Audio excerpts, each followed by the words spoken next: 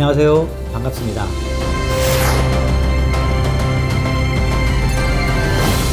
서울대학교에 가기 위해서는 어떤 것들을 알아야 되느냐? 수능 최저 여부라는 게 있어요.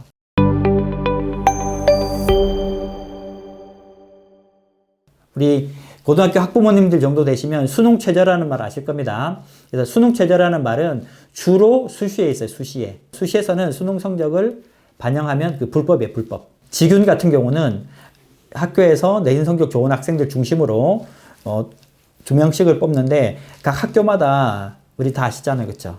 수준차가 많이 나거든요. 내신 성적만 좋다고 해서 다 뽑아줄 수가 없어요. 그래서 수능 최저학력 기준이라는 걸 둡니다. 그래서 지역균형 선발 전형 같은 경우는 최저가 있다. 그러니까 준비해야 된다 이 말입니다. 미리미리. 그 다음에 일반 전형은 최저가 없다. 수능 안 봐도 된다. 이렇습니다. 그래서 지균 전형 같은 경우는 수능 최저가 3개 2등급이에요. 3개 2등급. 국어, 수학, 영어, 탐구. 4개죠. 4개 중에서 아예 못 본 거 빼고 나머지 3개.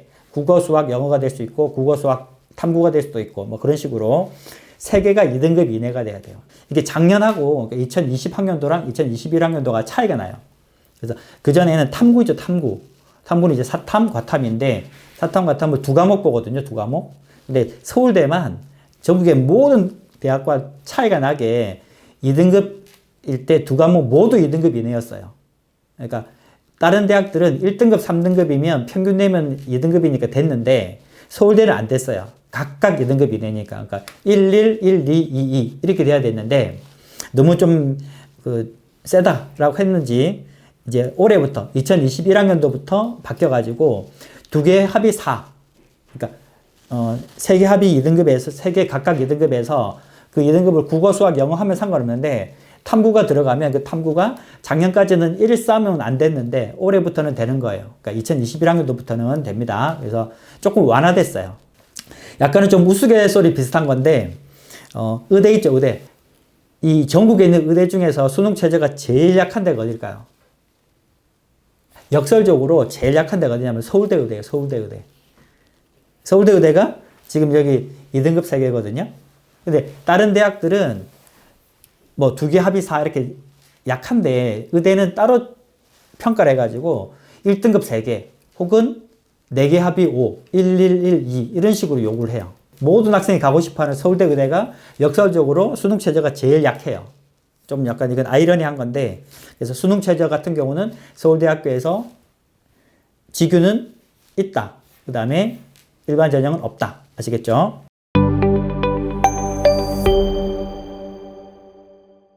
여섯 번째로 차이점이 있는 게 수능 응시 제한이 있어요. 수능 응시 제한.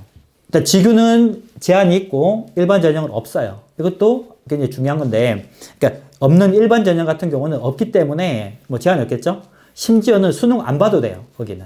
일반 전형은.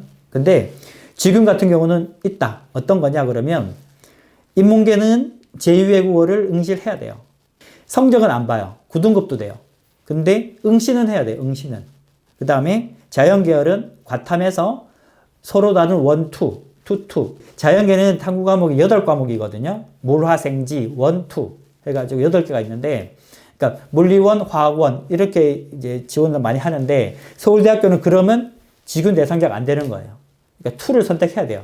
물리원, 화학 2 아니면 화학원, 지구과학 2.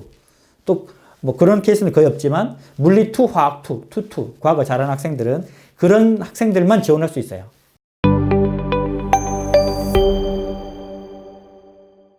합격한 학생들 있죠. 고교 유형 비율이 너무 극명해요. 굉장히 중요한 건데 지균은 합격생의 95%가 일반고예요. 일반고. 뭐 그 안에는 자공고라는 것도 일반고에 포함되는데 어쨌든 일반고 학생이 95%. 특목자사고 4%밖에 안 돼. 4%. 작년 데이터인데 그 다음에 일반 전형 같은 경우는 일반고 학생이 36%밖에 안 돼요. 36.5% 정확하게는. 그 다음에 특목자사고가 62.5%. 그러니까 지균은 거의 대부분 일반고 학생. 근데 일반 전형은 특목자사고가 2배 정도 많죠. 36대 62니까. 그러니까 이 말은 나는 서울대를 갈래. 근데 나는 일반고를 진학해. 그러면 지균으로 합격한다라고 보시는 게 맞는 거예요. 거의. 그 다음에 나 특목자사고 갈래 그러면 특목자사고 학생들은 지군 자체를 안 써요, 거의. 특목고 자사고, 영재고 이 학생들을 선호하는 전형은 일반 전형. 그 다음에 상대적으로 지균 전형은 완전히 일반고. 그래서 제가 이 말씀 드리는 이유는 나중에 이제 또 다음 시간에 뭐 연대, 고대 이런 학교 말씀드릴 텐데, 웬만한 대학들은 이 학생부 종합 전형을 투트랙으로 운영해요. 전형 자체가 두 가지씩 있어요. 연대도 두 개, 뭐 고대도 두 개, 막 이렇게 돼 있거든요. 그 자체가 어떤 쪽은 일반고한테 좀 유리하게, 어떤 쪽은 특목자 사고가 유리하게. 뭐 물론 대학은 그런 말 안 하겠죠. 하지만 합격한 애들 비율을 보면 그렇게 돼 있습니다. 아시겠죠? 그래서 중학교 학생들이 만약에 난 서울대를 가겠다 그러면 일반 전형에 대한 내용들을 보고 그쪽이 좀 내가 좀 강점이 있겠다 싶으면 특목자 사고 가는 게 더 유리할 수가 있겠죠. 근데 나는 내신 꼼꼼하게 챙기고 면접 굉장히 어려운 면접 문제는 못 풀 것 같고 뭐 그렇다. 내신 관리를 꼼꼼히 잘한다. 그러면 일반고를 가가지고 거기서 최상위권을 유지해서 그냥 지균 전형으로 서울대 가는 것도 하나의 방법이 될 수 있어요. 아시겠죠? 지균과 일반 전형은 차이가 이렇게 많다라는 걸 아시고 난 막연하게 서울대 가야지 해가지고 그냥 무조건 공부만 열심히 해요. 대부분이 학부모들이 이제 학생들한테 너 열심히 공부해 해가지고 그냥 공부만 하는 거예요. 공부만. 고1 때나 고2 때. 특히 이게 서울대 같은 데는 중학교 때부터 이걸 아셔야 되는 거예요. 중학교 때부터.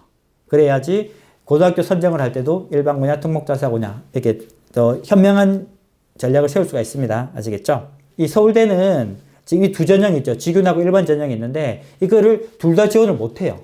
중복 지원이 불가합니다. 이거는 중요한 거니까 알아놓으시고 전형이 두 가지가 있는데 대학에서 뭐 특목고 학생들 유리하게 또 일반고 학생들 유리하게 짜놓은 전형이 있는데 그거를 둘 다 지원 가능한지 하나만 지원 가능한지도 아셔야 된다 라고 말씀드리겠고 일단은 이제 서울대학교는 여기서 마치고 다음에 이제 고대 연대 쪽으로 쭉 제가 진행할 거거든요. 또 다음 시간에 또 뵙겠습니다. 감사합니다.